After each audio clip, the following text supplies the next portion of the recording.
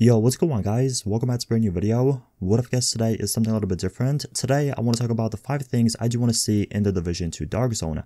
As you guys know, we are approaching the kind of month where the Dark Zone is going to be revealed. If you guys didn't know, it is going to be in December. They did say and confirm this on Twitter and Twitch that more information will be provided on the Dark Zone in December. So I'm kind of excited about this, and I wanted to make this video kind of have a conversation with you guys and give you guys my opinions on what I want to see in the Dark Zone. I don't want to say that, you know, without these points, the Dark Zone is going to be trash or anything like that. That's not what I'm saying. I do want to say that from the previous game and kind of what I'm kind of expecting, these are some of the things I do think will benefit the Dark Zone in the Division 2 and make it a little bit better. Again, this is just my opinion. If you guys have other opinions, let me know in the comment section below. Also, if you guys disagree with some of my points, let me know why and which one it is. Again, I'm kind of curious to see what you guys have to say and have a conversation with you in the comments.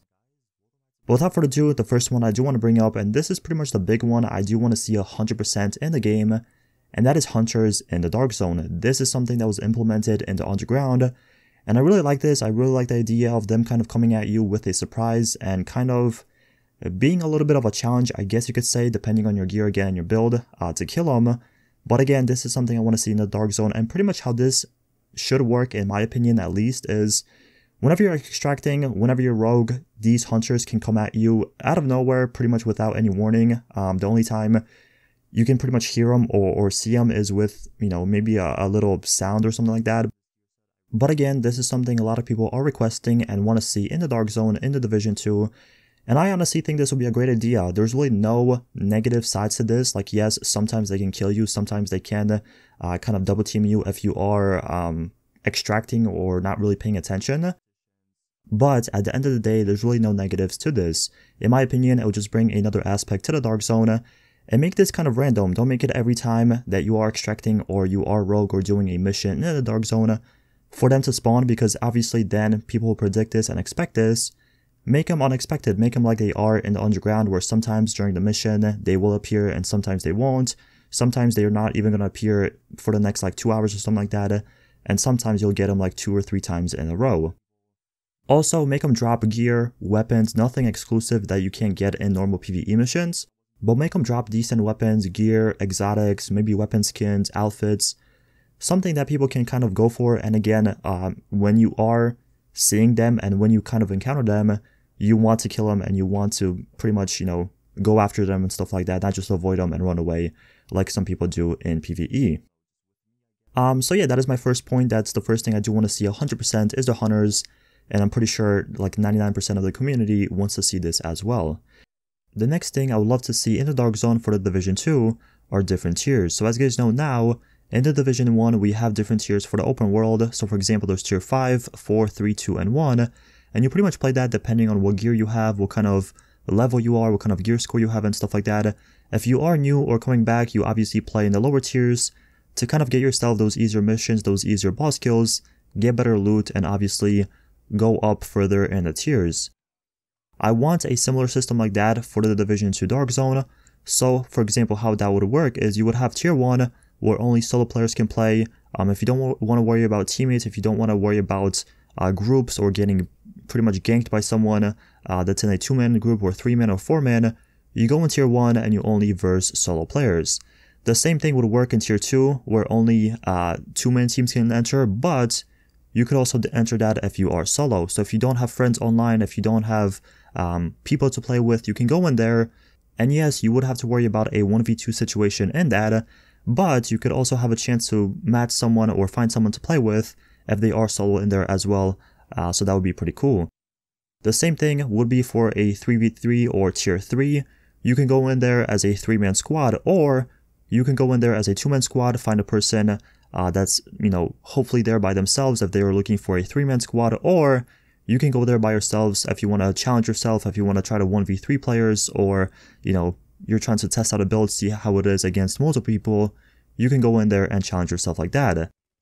And lastly, you would have a tier 4, and this again would be a place where you can go there as a 4-man team and go against 4-man squads, 4v4, see how your team is, you know, competing against another full team, stuff like that. But you could also go in there as a 3-man team, find yourself a solo player if anyone in there is by themselves, if they're crazy enough to go there, in that tier by themselves.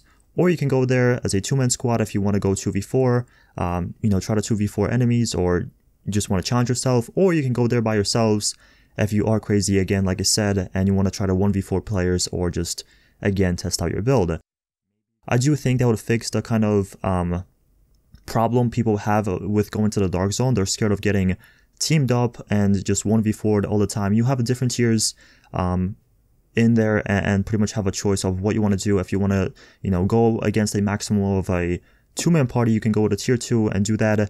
If you only want to play solos, you want to test out your builds like that, you can go into tier 1 and just 1v1 players and, loot up, stuff like that. Obviously, all the Dark Zones will be the same. The only thing really changing are the tiers. So it's not like they have to make 4 different Dark Zones or 4 different areas of the map. It would be the same map. It would be still the same thing. The only difference is you have to switch tiers like you have to do in the open world if you want to play on lower difficulty missions. So again, let me know how you feel about this in the comment section below. The next thing I do think that would be pretty cool in the Dark Zone are checkpoints, and I'm not talking about checkpoints that you can go in and go out like we have in the Division 1. I mean checkpoints, kind of like supply drop checkpoints like they are now in the Division, but instead of make them spawn maybe every hour, maybe hour and a half, depending on how they want to make this, and make them kind of like a objective. You get on your screen that, hey, there's a checkpoint going on in the, upper east side of the map of the Dark Zone. You can go there, you can go and do an objective that you have to pretty much either A, kill a boss, secure the area, extract maybe a person or help a person or a civilian, something like that, something that people can kind of look forward as well. And this will be kind of helping the PvE players of the Dark Zone, because as you guys know, some of the PvE players complain that in the Dark Zone there's not really too much to do. Yes, now you can do the landmarks, the outbreaks and stuff like that. But besides that, there's really nothing else you can do. So again, with these checkpoints, you're going to get them pretty much on the map every hour, as I said. You can go there and there's pretty much different options of what you can do. Either secure the area, fight off the people that are going to come there, and also the NPCs, maybe the hunters as well.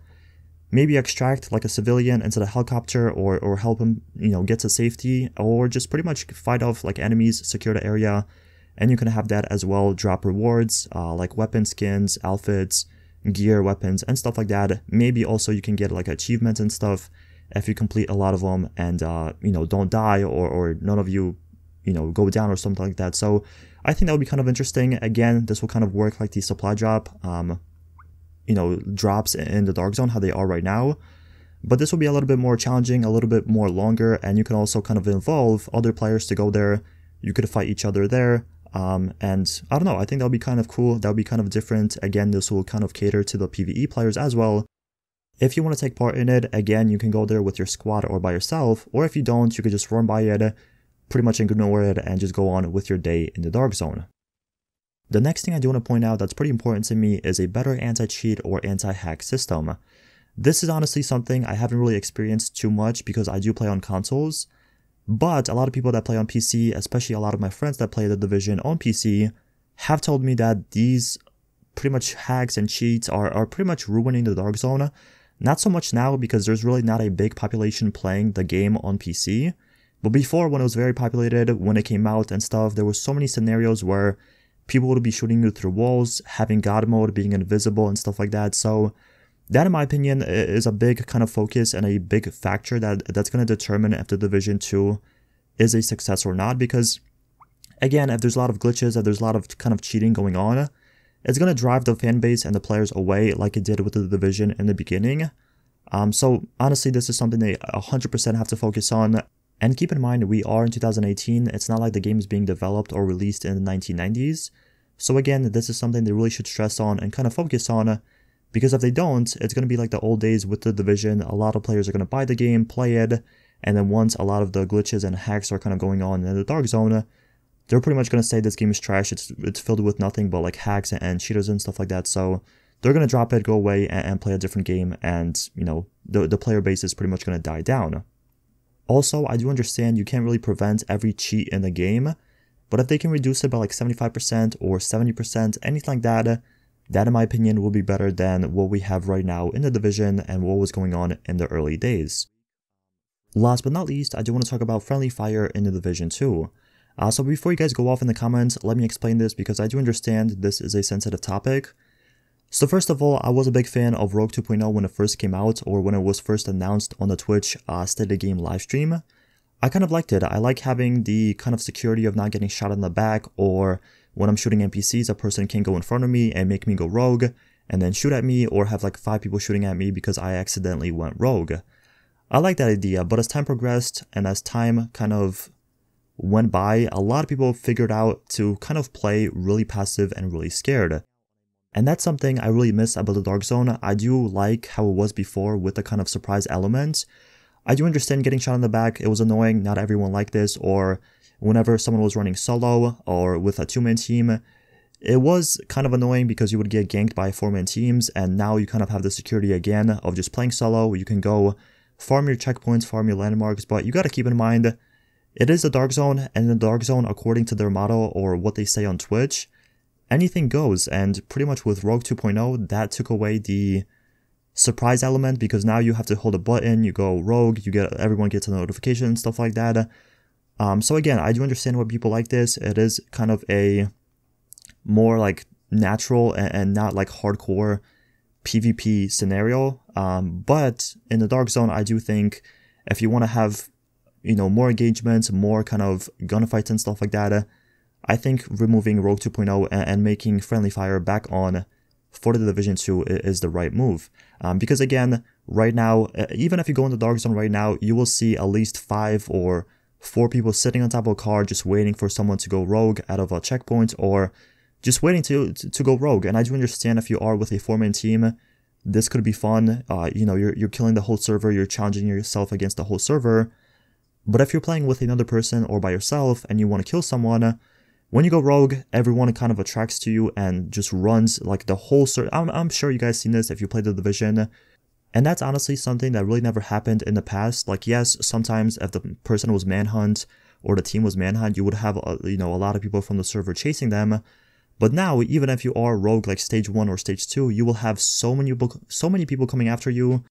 But like I said, in my opinion, this is just something that really annoys me about the Dark Zone. And I get both perspectives. I get both the points that people are making. If they're solo, if they're with another person, they don't want to get ganked by 4-man teams. But again, there's another side that if you are trying to go rogue, if you go rogue and you kill 1 person or 2 people, you will literally have the entire server behind your back within like 2 minutes, and everyone just kind of chasing you because players don't want to go rogue, and just, they just pretty much wait for someone to go rogue on the map.